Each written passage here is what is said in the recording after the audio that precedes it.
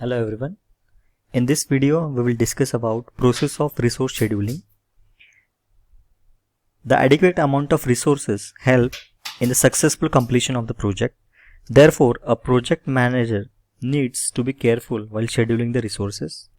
The project scheduling process involves 3 steps which consist resource loading, resource leveling and resource allocation. Let's see one by one. Resource loading.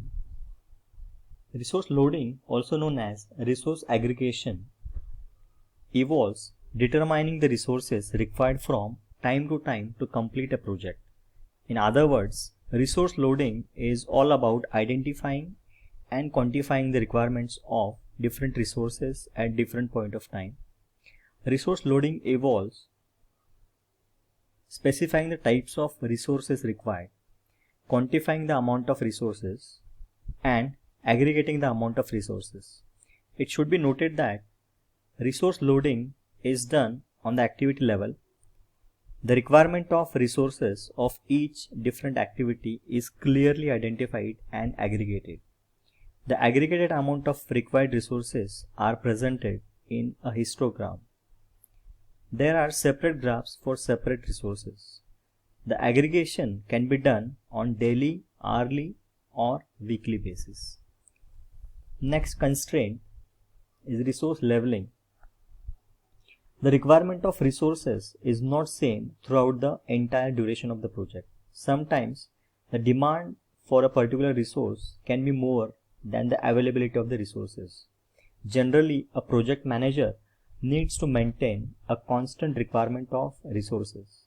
In addition, project manager always strive to make the efficient utilization of resources, which in turn minimizes the idle time.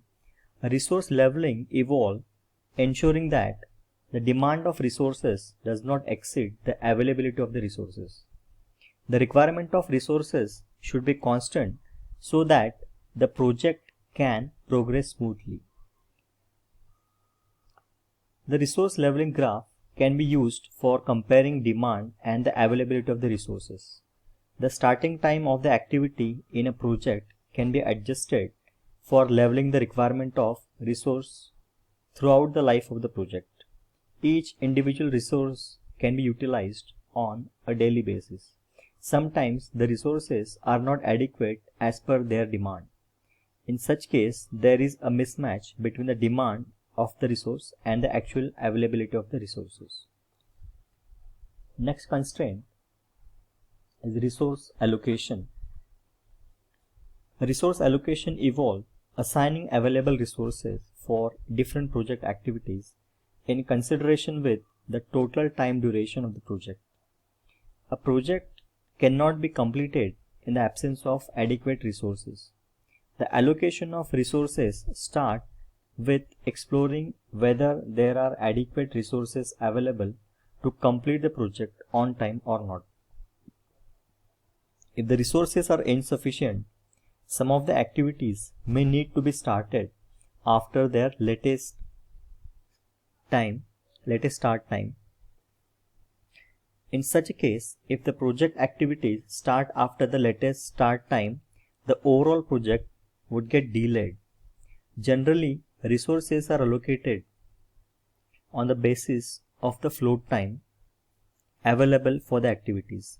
The activity with the minimum float gets priority over the other activities. If two activities have same amount of float, the activity with lower duration is scheduled first.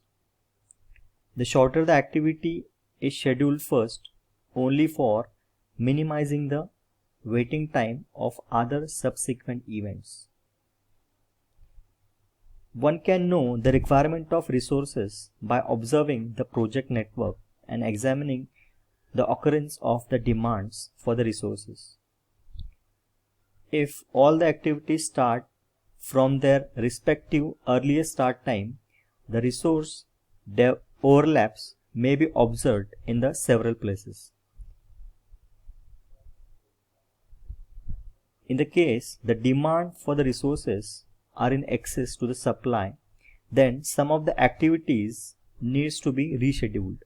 The alternate activity schedule is prepared in consideration with the available slack time of the activities. So these are the resource scheduling with different constraints. In the next video, we will see different constraints of resource scheduling in detail. Thank you.